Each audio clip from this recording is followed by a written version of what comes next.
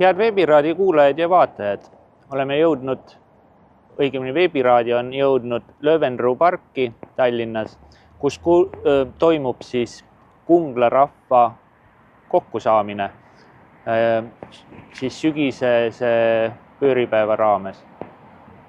Kellel on oma kogemusi konkreetselt oma elust negatiivsete asjade pööramisega positiivselt. See on mõnest haigusest, seda on ise lahti. Leidnud mõne väeka koha või puu või mis iganes elus juhtunud, näinud vaime, rääkinud naabriga, saanud huvitava kogemuse. See on üks rahu, oli sähalduse mõjuga, et on läinud tema elu pea peale, aga võib kindlasti samamoodi. Selliseid sündmusi on meil praktiliselt kõigil elu jooksul. Proovime need asjad siis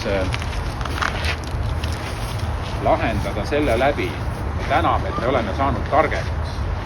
Me täname, et sündmused on juhatanud meid siia. Sisuliselt on sundinud meid kogunema, otsima teed välja, otsima midagi uut. Ja võtma midagi ette siis oma eluga.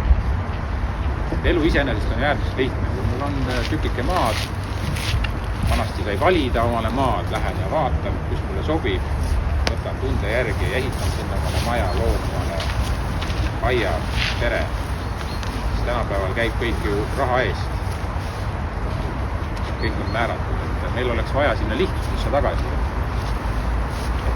Mina ise leian, et geniaalsus peitub alati lihtsuses ja vähem on sul igasugu samme vaja läbi elada selleks, et elementaarseid asju teha, siis seda lihtsam ja geniaalsem see elu on.